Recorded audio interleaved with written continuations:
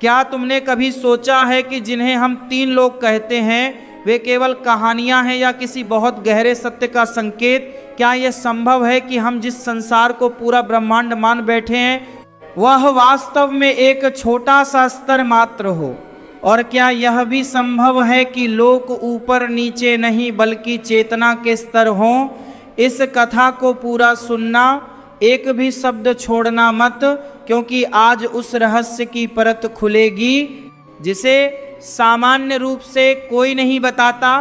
और यदि तुम धर्म के इस गूढ़ ज्ञान से जुड़े रहना चाहते हो तो अभी हमारी चैनल धर्म की पुकार को सब्सक्राइब करो और कमेंट में राधे राधे अवश्य लिखो, क्योंकि ऐसा ज्ञान हर जगह नहीं मिलता।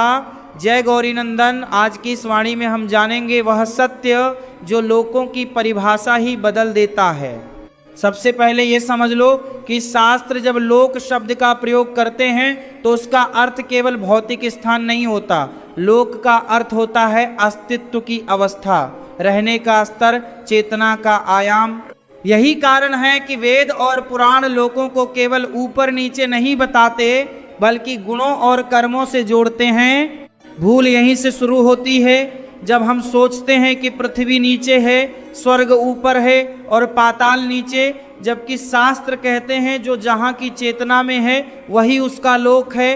अब ध्यान से सुनो, तीन लोक, भूलोक, भुवरलोक, स्वरलोक, ये तीन नाम नहीं, तीन अवस्थाएं हैं। भूलोक जहाँ हम अभी हैं यह केवल पृथ्वी नहीं है, यह कर्मलोक है। यहाँ आत्मा को कर्म करने की स्वतंत्रता दी जाती है, सही गलत चुनने का अधिकार मिलता है। इसलिए इसे सबसे कठिन लोक कहा गया है, क्योंकि यहाँ स्मृति ढकी होती है, यहाँ मोह होता है, यहाँ निर्णय लेना पड़ता है। यही कारण है कि देवता भी भूलोक में जन्म लेने की इच्छा करते हैं, क्योंकि केवल यहीं से मुक्ति संभव है। अब आता है भूवरलोक। भूवरलोक वह अवस्था है जहाँ आत्मा न पूरी तरह बंधी होती है न पूरी तरह मुक्त। इसे संक्रमण का लोक कहा गया है। शास्त्रों में इसे सूक्ष्म लोक कहा जाता है। यहाँ वे आत्माएं रहती हैं जिनकी इच्छाएं अभी पूरी तरह समाप्त नहीं हुई, जिनका कर्म समाप्त हो चुका है पर वासना शेष है। इसी कारण भूवरलोक को कभी कभी भ्रम का लोक भी कहा गया है, क्योंकि यहाँ चेतना स्पष्ट नहीं होती। अब आता है स्वरलोक। स्वरलोक को लोग स्वर्ग समझ लेते हैं, पर स्वर्ग मुक्ति नहीं है। स्वरलोक भोग का लोक है, पुण्य का फल यहाँ मिलता है, पर फल समाप्त होते ही आत्मा को लौटना पड़ता है। शास्त्र साफ कहते हैं स्वर्ग में भी पतन संभव है, पर भूलोक में उत्थान संभव है। अब एक बहुत गहरा सत्य सुनो, यदि केवल यही तीन लोक होते तो शास्त्र 14 लोकों की बात क्यों करते? सत्य यह है कि तीन लोक मुख्य स्तर हैं और इनके भीतर कई उपस्तर हैं। ऊपर के लोक महरलोक, जनलोक, तपोलोक, सत्यलोक, नीचे के लोक अतल से लेकर पाताल तक। पर आज की वाणी में तीन लोकों पर इसलिए ध्यान दिया जा रहा है क्योंकि मनुष्य का सीधा संबंध इन्हीं से है। अब प्रश्न उठता है, क्या लोक सच में भौतिक जगह है या मानसिक आध्यात्मिक स्तर? उत्तर है दोनों। शास्त्र कहते हैं जैसी चेतना वैसा लोक। जो लोभ, क्रोध और भय में जी रहा है वह भूलोक में रहते हुए भी पाताल की अवस्था में है। जो संयम, सेवा और विवेक में जी रहा है वह भूलोक में रहते हुए भी स्वरलोक की अनुभूति कर सकता है। यही कारण है कि संत कहते हैं स्वर्ग और नरक मरने के बाद नहीं, जीते जी अनुभव होते हैं। अब एक और रहस्य समझो, तीन लोक स्थिर नहीं हैं, वे गतिशील हैं। आत्मा लोक बदलती नहीं, आत्मा अवस्था बदलती है। और यही कारण है कि शास्त्र कर्म पर इतना बल देते हैं। यदि लोक केवल जगह होते तो कर्म का कोई अर्थ न होता, पर क्योंकि लोक चेतना की अवस्था है इसलिए हर निर्णय लोक बदलने जा। ऐसा है, अब उस भ्रम को तोड़ना जरूरी है जो वर्षों से मन में बैठा दिया गया है कि लोग केवल मरने के बाद मिलते हैं। शास्त्र ऐसा कहीं नहीं कहते। शास्त्र कहते हैं कि लोक अनुभव हैं और अनुभव चेतना से बनते हैं। यही कारण है कि एक ही स्थान पर दो व्यक्ति रहकर भी अलग अलग लोकों का अनुभव करते हैं। एक व्यक्ति भय, ईर्ष्या और असंतोष में जलता रहता है और दूसरा व्यक्ति शांति, संतुलन और सेवा में स्थिर रहता है। स्थान वही है, जीवन वही है, परलोक अलग है। भूलोक का सबसे बड़ा रहस्य यही है कि यहाँ आत्मा को चुनाव की शक्ति दी गई है और चुनाव ही लोकों का द्वार है। हर विचार एक द्वार है, हर निर्णय एक सीढ़ी है। अब भूवरलोक को और गहराई से समझो। भूवरलोक को अक्सर अदृश्य संसार कहा गया है। यह वह स्तर है जहाँ सूक्ष्म अस्तित्व सक्रिय रहता है। मन, स्मृति, संस्कार और इच्छाएं यही भूवरलोक का क्षेत्र है। यही कारण है कि मन इतना शक्तिशाली माना गया है, क्योंकि मन स्थूल शरीर में रहते हुए भी सूक्ष्म लोकों से जुड़ा रहता है। जब मन अशांत होता है तब व्यक्ति भूलोक में रहते हुए भी भूवरलोक की अस्थिरता झेलता है। शास्त्र कहते हैं, जिसने मन को साध लिया उसने लोकों की यात्रा बिना शरीर छोड़े कर ली। अब स्वर्लोक को समझो बिना कल्पना के। स्वर्लोक आनंद का प्रतीक है पर स्थायित्व का नहीं। वहाँ दुख नहीं है पर सीख भी नहीं है, क्योंकि सीख संघर्ष से आती है और संघर्ष भूलोक का गुण है। इसीलिए देवताओं के पास शक्ति तो होती है पर मुक्ति नहीं, और मनुष्य के पास संघर्ष तो होता है पर मुक्ति का द्वार भी वही खोल सकता है। ये एक बहुत गहरा संकेत है। यदि स्वर्लोक सर्वोच्च होता तो मुक्ति वहीं मिल जाती, पर शास्त्र कहते हैं मुक्ति केवल भूलोक से संभव है।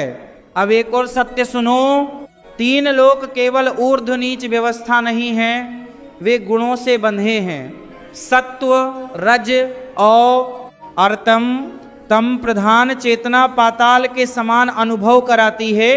रज प्रधान चेतना भूलोक में उलझाए रखती है। सत्व प्रधान चेतना स्वर्लोक का अनुभव कराती है। इसलिए कहा गया है, जैसा गुण वैसा लोक, और गुण स्थिर नहीं होते, वे बदलते हैं हर दिन हर क्षण। अब समझो कि लोकों की यात्रा कैसे होती है। कोई शरीर लेकर ऊपर नहीं जाता, कोई शरीर लेकर नीचे नहीं जाता, जाती है केवल चेतना। इसलिए मृत्यु लोक बदलने की शर्त नहीं है। मृत्यु केवल अवस्था बदलने की तीव्र प्रक्रिया है। जो व्यक्ति जीवन भर जिस चेतना में जीता है वही चेतना उसके आगे के अनुभव तय करती है। अब प्रश्न उठता है, क्या तीन लोक ही अंतिम सत्य हैं? उत्तर है नहीं। तीन लोक मानव अनुभव की सीमा है। इनसे परे भी स्तर हैं, पर वहाँ वही पहुँच सकता है जिसने इन तीनों को समझ लिया हो। इसीलिए शास्त्र पहले तीन लोकों की बात करते हैं, क्योंकि जो यहीं उलझा है वह आगे की बात समझ ही नहीं पाएगा। एक और गूढ़ संकेत सुनो, लोकों का ज्ञान डर पैदा करने के लिए नहीं है, ये जिम्मेदारी पैदा करने के लिए है। जब मनुष्य समझ लेता है कि हर विचार लोक बदलता है, तब वह लापरवाह नहीं रहता। वह जान जाता है कि कोई भी क्षण साधारण नहीं है। अब ये स्पष्ट होने लगा है कि तीन लोक कोई कहानी नहीं है, वे मनुष्य के जीवन का नक्शा है। पर अभी सबसे महत्वपूर्ण प्रश्न शेष है, यदि तीन लोक चेतना से जुड़े हैं, यदि लोक अनुभव हैं, तो क्या मनुष्य जागते जागते लोकों के पार भी जा सकता है? अब उस बिंदु पर आते हैं जहां तीन लोकों का ज्ञान केवल जानकारी नहीं रहता, बल्कि आत्मा की जिम्मेदारी बन जाता है। क्योंकि शास्त्रों का उद्देश्य डर पैदा करना नहीं है, उनका उद्देश्य मनुष्य को सजग बनाना है। तीन लोकों की सबसे बड़ी गलत समझ यही रही है कि उन्हें बाहर खोजा गया, जबकि उनका वास्तविक द्वार भीतर है। ऋषि कहते हैं, जिसने अपने भीतर के लोकों को नहीं पहचाना वह बाहर के लोकों को समझ ही नहीं सकता। भूलोक में रहते हुए मनुष्य स्वयं को केवल शरीर मान लेता है, यही सबसे बड़ी भ्रांति है। जैसे ही यह भ्रांति गहरी होती है, चेतना नीचे की ओर झुकने लगती है और तब व्यक्ति उसी जीवन में क्लेश, असंतोष और भय से घिर जाता है। इसीलिए कहा गया है कि नरक कोई स्थान नहीं, एक अनुभव है, और वह अनुभव तब शुरू हो जाता है जब मनुष्य अपने ही निर्णयों से घिर जाता है। भूवरलोक का प्रभाव यहाँ और स्पष्ट हो जाता है, क्योंकि यही वह स्तर है जहाँ विचार जन्म लेते हैं, इच्छा आकार लेती है और संस्कार दिशा तय करते हैं। जिसका मन अस्थिर है वह स्थिर जीवन नहीं जी सकता। जिसकी इच्छाएं अनियंत्रित हैं वह शांति का अनुभव नहीं कर सकता। इसी कारण योग और ध्यान को शास्त्रों में इतना महत्व दिया गया, क्योंकि वे मन को भूवरलोक की अस्थिरता से निकालकर विवेक की ओर ले जाते हैं। अब एक और गहरा रहस्य समझो। स्वरलोक को अक्सर लोग लक्ष्य मान लेते हैं, पर शास्त्र स्वरलोक को भी अस्थाई कहते हैं, क्योंकि जहाँ भोग है वहाँ समाप्ति निश्चित है। आनंद यदि साधना से न आए तो वह बंधन बन जाता है, और सुख यदि विवेक से न जुड़ा हो तो वह पतन का कारण बनता है। इसीलिए देवताओं को भी समय समय पर भूलोक में जन्म लेना पड़ता है, ताकि वे फिर से कर्म के माध्यम से चेतना को शुद्ध कर सकें।